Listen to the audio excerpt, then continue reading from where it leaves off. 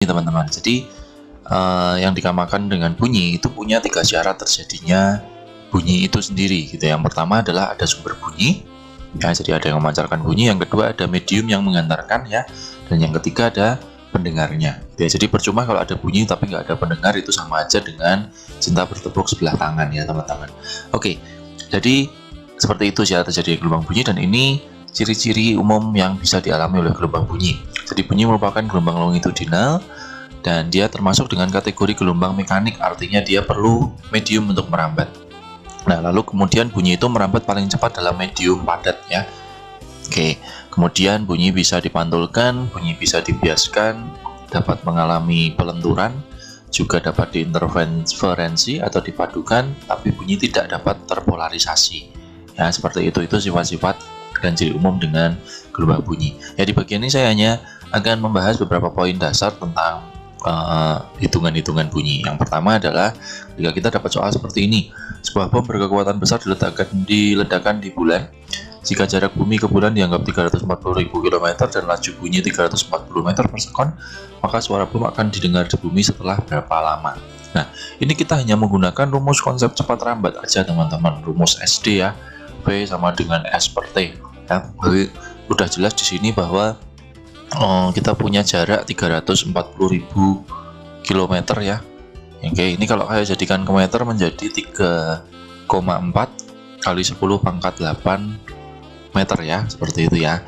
Nah, kemudian kalau kita juga punya kecepatannya 340 meter per sekon, sehingga kalau ditanyain waktu, sederhana banget, langsung jarak dibagi kecepatan ya, 3,4 dikali 10 pangkat 8 dibagi 340 ya, sehingga nanti ini akan ketemu 10 pangkat 6 sekon. Jadi suara bom itu setelah meledak butuh waktu sekitar 10 pangkat 6 sekon sampai dia bisa terdengar ledakannya di bumi ya. Makanya akhirnya itu sudah menguap dengan sendirinya dan tidak lagi terdengar di bumi ya. Lalu konsep yang kedua tentang seperti ini. Kalau Anton yang berada 100 meter dari tebing curam berteriak keras dan ia mendengar bunyi pantulannya 0,6 sekon kemudian. Kecepatan bunyi pada saat itu adalah ya. Ini konsep bunyi pantul ya teman-teman. Jadi sederhana sekali, misalkan ada orang di sini lalu kemudian ada tebing di sini, ketika dia memantulkan mengeluarkan suara, bunyi itu akan memantul dan kembali lagi didengar oleh orang itu. Nah, rumus yang inti sebenarnya hanya seperti ini. Jadi kalau ada pemantulan bunyi, rumusnya adalah mencari kecepatannya itu 2 kali jarak dinding dibagi waktu. Jarak dinding adalah dari orang sampai ke dinding itu sendiri ya, sehingga kalau di sini jarak dindingnya adalah 100 meter, lalu kemudian T-nya 0,6 sekon, berarti kalau mencari V adalah 2 kali jarak dinding dibagi 0,6 ya, kita dapat 2000 per 6 ya, jadi sekitar 333/3 meter per sekon. Oke, kecepatan bunyi di udara kira-kira 330 atau 340 ya teman-teman semua ya. Oke, nah berikutnya kita masuk dalam konsep yang namanya efek Doppler ya. Ini mungkin yang baru tetapi cukup seru soal-soalnya dan ini pasti keluar ya. Jadi seperti ini, kalau ada orang di sini lalu kemudian ada bunyi-bunyian mendekat atau menjauh, pasti orang itu akan mendengar frekuensi bunyi dari sumber bunyi itu sendiri akan berubah-ubah. Jadi kalau teman-teman mendengarkan ambulans, misalkan di sini contohkan ambulans mendekat, pasti sirenenya akan terlihat lebih atau terdengar lebih keras. Jangan kalau ada ambulannya itu menjauh, maka frekuensi bunyinya akan terdengar lebih pelan ya, seperti itu. Nah, Doppler merumuskan seperti ini. Jadi frekuensi bunyi yang didengar oleh pengamat, saya sebut FP, itu menjadi V ditambah atau dikurang dengan kecepatan pengamat itu sendiri dibagi V plus minus kecepatan sumber dikalikan dengan Fs ya. Misalnya seperti ini. Jadi frekuensi itu F, ada Fp dan Fs. V itu kecepatan bunyi di udara ya. Sedangkan Vs dan Vp itu kecepatan si sumber bunyi ataupun si pengamatnya. Oke. Nah, kita langsung contoh di soal-soalnya saja. Oke, mobil pemadam kebakaran yang bergerak dengan laju 20 meter per sekon sambil membunyikan sirene 400 Hz, ada kecepatan bunyi di udara 300 meter per sekon. Nah, jika mobil menjauhi orang yang sedang berdiri di tepi jalan, hitung frekuensi sirene yang didengar oleh orang itu. Kita bisa mendata ya, ini yang menjadi sumbernya adalah mobil pemadamnya. Sehingga Kalau dia bergerak dengan laju 20 meter per sekon, ini adalah V sumbernya, 20 meter per sekon. Lalu membunyikan sirene 400 Hz itu adalah frekuensi sumbernya, 400 Hz. Kemudian kita punya V di udara adalah 300 meter per sekon. Nah, tapi ini ada kata-kata seperti ini teman-teman. Orang yang sedang berdiri di tepi jalan. Artinya orang itu sebagai pengamat dia tidak bergerak atau dianggap VP-nya adalah 0 ya, karena ini dia dianggap berhenti ya teman-teman ya. Nah, di sini kita mau mencari frekuensi sirene yang didengar orang itu, artinya kita mencari frekuensi pengamat. Oke. Rumusnya tadi V plus minus VP, V plus minus VS dikalikan FS ya. Nah, kapan plus kapan minus ya? Prinsipnya adalah kalau pendengar mendekati, jadi kalau pendengar itu dekat, itu atasnya akan plus ya.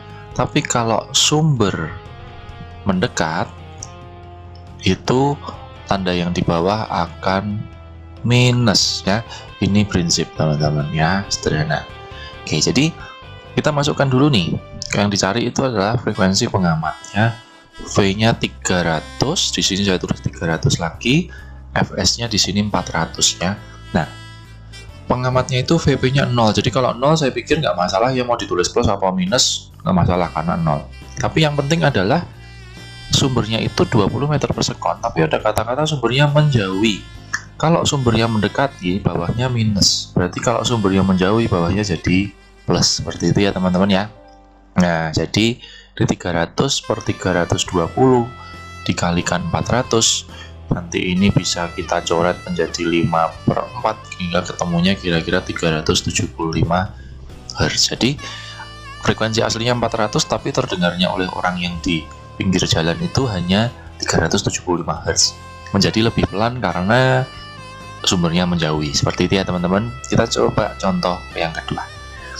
Seorang penerbang yang pesawat terbangnya menuju ke menara bandara mendengar bunyi sirene yang berfrekuensi 2000 Hz. Jika sirene memancarkan bunyi dengan frekuensi 1700 Hz dan cepat rambat bunyi di udara adalah 340 meter per sekon, hitung kecepatan pesawat udara tersebut. Ya, jadi yang perlu teman-teman tahu adalah ini pesawat, ya, pesawat dan ini ada menara ya. Oke. Nah, si menara ini pasti dia akan menjadi sumber, sedangkan pesawat ini akan menjadi pengamat karena ceritanya dia mendengarkan bunyi dari sirene menara. Oke ya teman-teman ya. Nah di sini ada kata-kata bahwa frekuensi yang didengar itu 2000 Hz, sedangkan frekuensi aslinya, ini frekuensi sumbernya itu 1700 Hz seperti itu ya. Nah jadi ini pesawatnya sedang menuju bandara ya. Oke, ini pesawatnya sedang menuju bandara. Oke, kita pasang rumusnya teman-teman. Fp sama dengan V plus minus Vp, V plus minus Vs dikalikan Fs. Nah, yang sudah kita punya kita masukkan.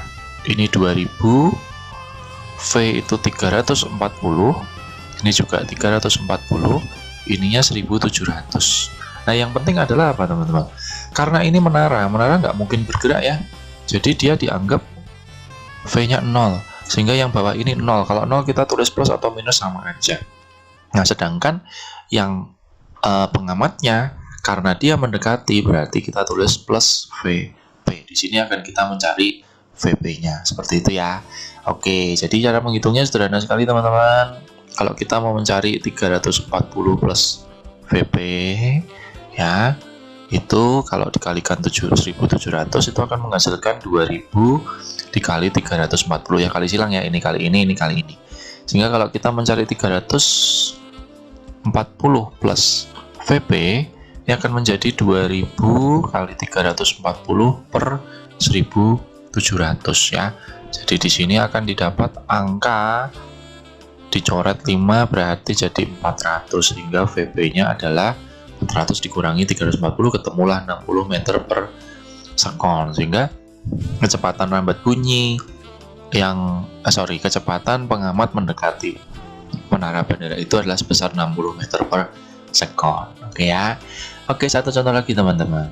Oke, nah ini Corona mengendarai motor dengan kecepatan 36 km per jam mendekati mobil yang sedang membunyikan klakson berfrekuensi 690 Hz. Ternyata klakson yang terdengar oleh Corona dengan frekuensi 700 Hz. Bila kecepatan bunyi di udara 340, hitung kecepatan mobil dan arahnya terhadap Corona. Oke, ini adalah si Coronanya itu, ya. Lalu di sini ada mobil ya. Oke, ya saya nggak bisa gambar teman-teman ya, misalkan seperti inilah.